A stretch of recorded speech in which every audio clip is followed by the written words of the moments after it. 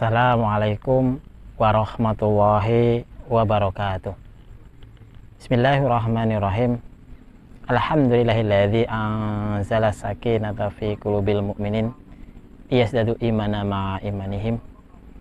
Asyhadu an la ilaha illallah wahdahu la syarikalah wa asyhadu anna Muhammadan abduhu wa rasuluhu la nabiyya ba'dah, amma ba'd. Pemirsa Salam TV yang dirahmati Allah Subhanahu wa taala. Jumpa kembali dengan channel Assalam, channel yang mencerdaskan umat menuju kepada masyarakat yang islami. Mudah-mudahan Allah senantiasa memberikan kita selalu limpahan nikmatnya, terutama nikmat yang paling besar dan paling berharga dalam hidup ini, yaitu sebuah hidayah, petunjuk dari Allah agar kita mendapatkan keimanan, keyakinan kepada Allah dan kepada segala yang melingkupinya, termasuk yakinnya kita dengan negeri akhirat sebagai sebuah kerangka bahwa apa yang kita tuju dalam kehidupan ini tentunya harus menuju kepada suatu kehidupan yang abadi, kehidupan yang kekal, dan mana orientasi dan visi misi kita harus kepada keselamatan, baik di dunia ini sebagai sarana menuju kepada akhirat nanti sebagai alam pertanggungjawaban. Namun dalam realita dan kenyataannya, proses menuju kesempurnaan dalam menjalankan segala visi dan misi hidup ini mengalami berbagai macam halangan, rintangan, dan kendala. Yang pertama, kita tentunya harus terlebih dahulu berperang di dalam apa yang dinamakan diri kita sendiri. Karena tidak begitu saja suatu al-haq, kebenaran, itu masuk ke dalam diri kita. Artinya ada sebuah proses panjang di mana ada pertempuran antara hak dan batil, khususnya dalam pemikiran kita, dalam jiwa kita. Ada unsur-unsur hak yang masuk lewat kita berinteraksi sosial, baik itu berbicara, ngobrol, ataupun dalam sebuah kajian-kajian. Kita dengar, kemudian kita olah dalam jiwa kita pikir-pikir, kita cerna, sampai pada akhirnya ada sebuah kesimpulan, kebenaran itu datangnya dari Allah. Al-haqqu mirabbik. Apa-apa yang memang datang dari Allah berupa Al-Quran, bertemunya Al-Quran dengan jiwa kita, dengan fitrah kita, akhirnya kita membenarkan sesuatu yang hak, yang bersumber dari yang maha hak, yaitu Allah Subhanahu wa ta'ala.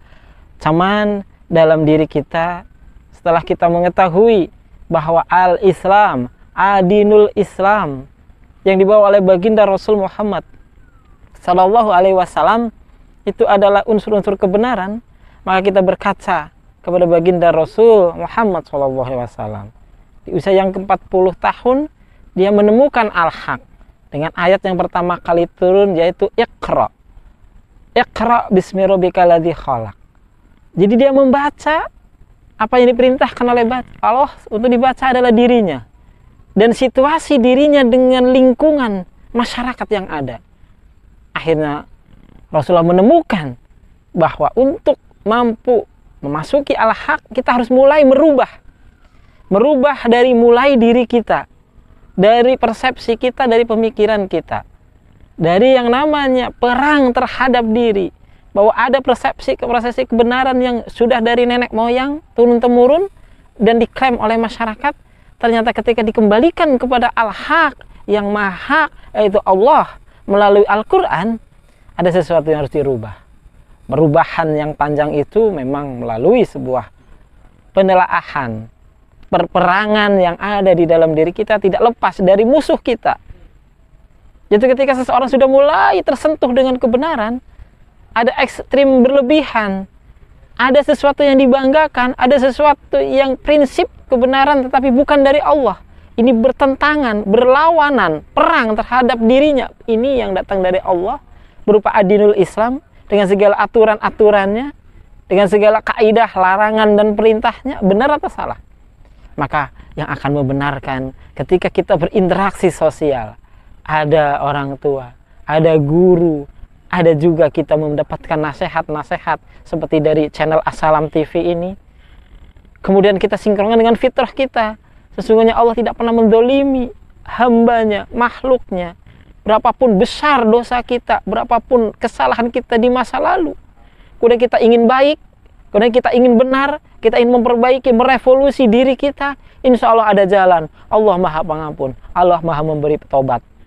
Maka hari ini ketika kita sudah mulai terbesit untuk mulai merubah diri yang nantinya akan berevolusi sampai merubah keluarga kita untuk menjadi keluarga yang islami, bahkan menjadi sebuah grand design, menjadi sebuah Korea masyarakat peradaban Islam sebagai wujud daripada Islam itu sebagai rahmatan lil alamin. Maka kita berkaca kepada sejarah bagaimana Rasulullah merevolusi Islam, merevolusi masyarakat, mulai dari merevolusi dirinya, kemudian Baitul Khadijah, sampai Rasulullah mampu merubah Madinah yang tadinya Zasrib, yang belum disentuh oleh cahaya Islam, berubah jadi Madinah, tempat tegaknya din Allah Subhanahu wa Ta'ala.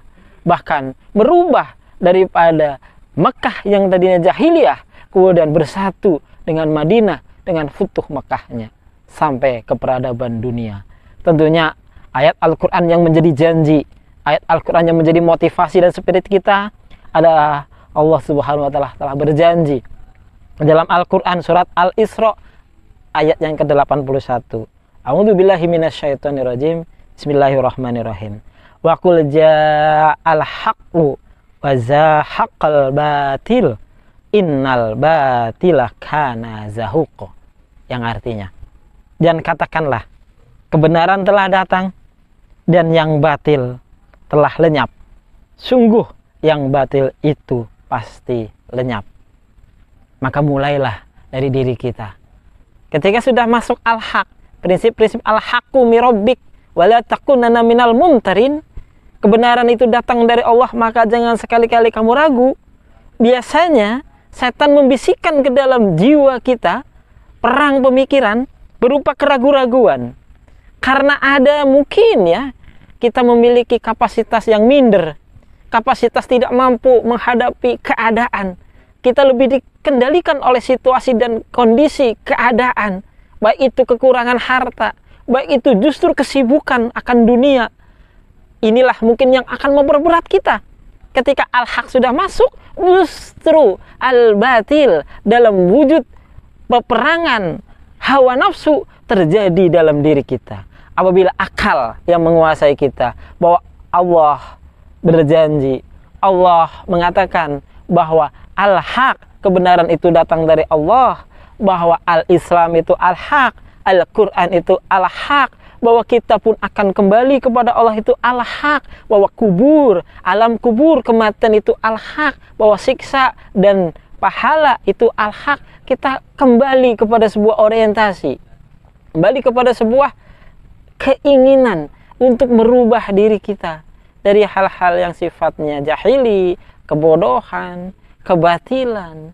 Kuasilah diri kita dengan akal, melalui pendengaran, penglihatan, dan hati kita. Kita memposisikan diri kita untuk senantiasa berinteraksi sosial, interaksi dengan Al-Quran. Kita tafakur, tadabur, kita tadaburi setiap ayat-ayat Al-Quran. Kita hubungkan dengan fenomena-fenomena yang ada di sekitar kita, termasuk dalam diri kita.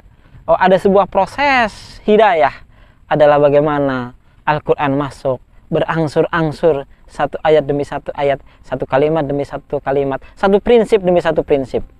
Dan itu tidak lekang dari yang namanya ujian. Sehingga ketika al-haq masuk ke dalam diri kita, ada proses untuk mulai mengkikis al-batil yang ada di dalam diri kita. Mirsa Assalam TV yang dirahmati Allah Subhanahu wa Ta'ala. Dalam diri kita ada yang namanya qalbu, hati. Hati ini punya kejernihan jiwa untuk menimbang mana yang benar, mana yang salah.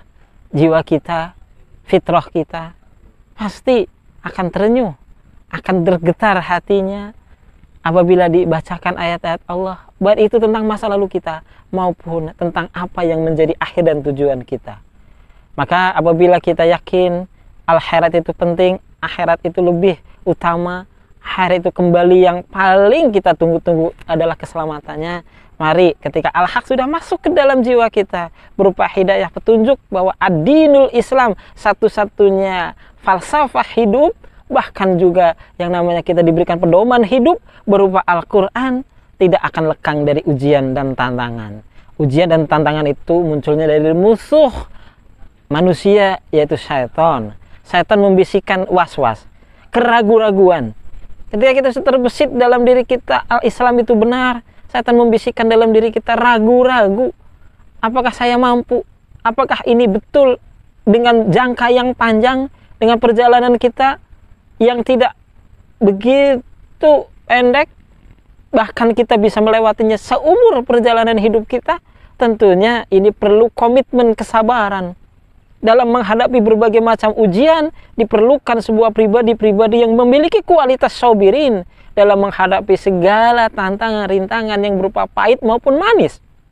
Karena setan ketika kita dalam keadaan down, dalam keadaan minder, dalam keadaan di bawah, dia akan membisikkan ketakutan terhadap kemiskinan, kekurangan, harta, benda, dan sebagainya. Maka ketika kita ada ujian-ujian seperti ini, kembalikan kepada Allah, kembalikan kepada interaksi sosial tadi. Kita punya teman, kita punya guru, kita punya majelis taklim, kita punya orang-orang yang bisa memberikan nasihat bahwa perjuangan ini semenjak dari zaman Rasul, para pendahulu kita tidak sepi dari ujian dan cobaan. Tapi orang-orang yang sabar sampai wala tamutunna illa wa antum muslimun, sampai dia meninggal tapi dalam keadaan muslim, tetap memegang prinsip-prinsip idealisme, ini tidak akan pernah tergelincir, bahkan terbelokkan. Ketika akal menguasai daripada hawa, maka unsur-unsur ahak semakin kuat. Kualitas kesabarannya konsisten dan komitmen dalam memegang prinsip tidak akan goyah sedikit pun walaupun ujian apapun menerpanya. Inilah kualitas yang diharapkan oleh umat Islam, bahwa dia memiliki kualitas yang luar biasa, tahan uji, tahan mental, tahan banting. Tidak gampang kemudian dia melepaskan prinsipnya demi sesuatu yang rendah, yaitu dunia. Karena apabila orang yang berjuang dengan orientasinya sudah bergeser, orientasinya sudah bukan lagi akhirat dan keridhaan Allah, barang siapa berhijrah karena wanita, maka hijrahnya akan mendapatkan apa yang dia tuju, yaitu wanita. Barang siapa ingin berubah, merevolusi dirinya, tetapi ternyata terkontaminasi dengan unsur-unsur yang lain, intrik-intrik pribadi, ataupun motif-motif yang lain, ini yang akan menggerus. Seperti wala talbisul haq wal batil, janganlah kamu campur adukan yang hak dan yang batil. Ketika kita sudah masuk unsur-unsur al-haq, hilangkan kebatilan, murnikan sampai kepada sebuah tujuan utama, bahwa apa yang diperjuangkan adalah mukhlishina lahudin. Sebagaimana abadinya Islam, prinsip-prinsip Islam tidak akan lekang oleh zaman. Bagaimana universalnya nilai-nilai Islam, dia tetap akan abadi walaupun sepanjang zaman. Bagaimana nanti kita mau mempraktekkan Islam, Islam itu rahmatan lil alamin, tidak lekang oleh zaman, nilai-nilainya betul-betul akan abadi. Tidak seperti al-batil, bagaimana digambarkan oleh Allah. Al-batil itu seperti buih, dia banyak tetapi tidak punya kekuatan. Dia hilang, tapi yang tetap akan abadi di alam dan bermanfaat adalah airnya. Atau seperti ketika orang itu menempa logam mulia, ada buihnya, buihnya hilang, tapi logam mulia itu bermanfaat. Begitulah kita sebagai seorang mukmin muslim yang telah mansur unsur-unsur al-haq dalam diri kita, mudah-mudahan kita lebih bermanfaat buat diri kita, keluarga kita, dan masyarakat. Tunjukkan wasyhad bi anna muslimun. Beginilah orang muslim yang sejati dalam kehidupannya, maka dia akan menunjukkan nilai-nilai al-haq, baik dalam ucapannya, perbuatannya, tingkah lakunya. Idealismenya tidak akan tergoyahkan oleh apapun, sehingga dia siap mengorbankan apapun yang ada pada dirinya untuk tegaknya dinul Islam, sebagaimana Rasulullah diutus liyudhirahu ala dini kulih, untuk mendohirkan Islam, untuk meninggikan Islam. Maka orientasi hidupnya, tujuan hidupnya, mulai dari al-haq masuk ke dalam dirinya sampai akhir hayatnya, tiada lain adalah untuk mendohirkan Islam, untuk meninggikan nilai-nilai ikilah kalimatillah. Demikian pemirsa Assalam TV rahimakumullah.